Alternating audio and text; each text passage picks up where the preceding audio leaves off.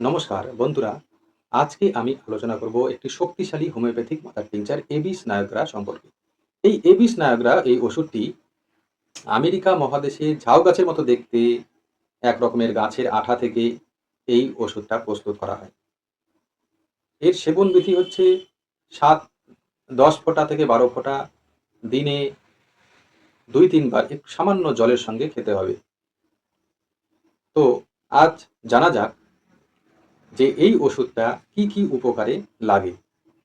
এই এবিস নায়োগ্রা ওষুধটি অম্লশূল বেদনা এবং হৃদযন্ত্রের পীড়ায় ভালো কাজ করে। অম্লশূল বেদনাটা কেমন হবে? সামান্য পেট ভরে খেলেই পেটে এক প্রকার যন্ত্রণাদায়ক বেদনার সৃষ্টি হয়। রোগী মনে করে পাকস্থলীর মুখে কি যেন একটা গোলার মতো শক্ত পদার্থ আটকে আছে। এই রোগীর একটা অদ্ভুত লক্ষণ আছে, যেমন দুপুরে এবং রাত্রে অত্যন্ত ক্ষুধা হয়, এমনকি ক্ষুধার জন্য ঘুম হয় না।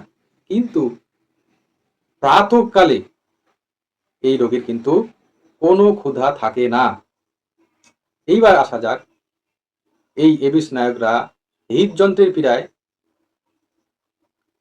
কিভাবে, কি লক্ষণগুলি থাকলে ব্যবহার করা হয়। যেমন হৃদযন্ত্রের পীড়ায় কি থাকবে, যে বুকের ভিতর এক প্রকার যন্ত্রণা হবে এবং মনে হয় সেখানে কিছু একটা আটকে আছে। এই জন্য রোগী বারবার কাশে এবং কাশির সময় মুখ দিয়ে জল উঠে, মনে হয় কণ্ঠনালীটা কেউ চেপে ধরেছে এবং এখনই শ্বাস প্রশ্বাস বন্ধ হয়ে যেতে পারে। হৃৎপিণ্ডে তীক্ষ্ণ বেদনা হয়, হৃৎপিণ্ড ভারী বোধ হয় এবং হৃদযন্ত্রের ক্রিয়া ধীর হয়ে যায়। ধাতুস্রাবের অনিয়মিত ক্ষেত্রেও এর মাদার টিংচার খুব উপকারী। ধাতুস্রাব 2 থেকে 3 মাস অন্তর হয় এবং আবার বন্ধ হয়ে যায়, এমন লক্ষণ যুক্ত ক্ষেত্রে এর মাদার টিংচার খুব ভালো কাজ করে বন্ধুরা। এইবার জানা যাক এই এবিস নায়োগ্রা ওষুধটির চারিত্রিক লক্ষণ। এই ওষুধের মাদার টিংচার একটি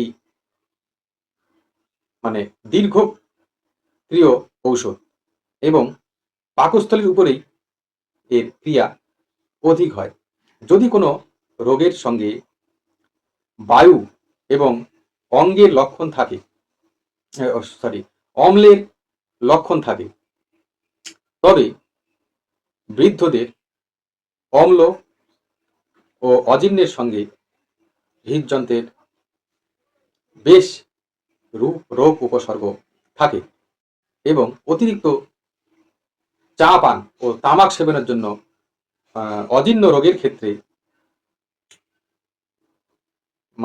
সামান্য জলের সঙ্গে 5 থেকে 6 ফোঁটা অথবা সর্বাধিক 10 থেকে 12 ফোঁটাও প্রত্যহ 3 বার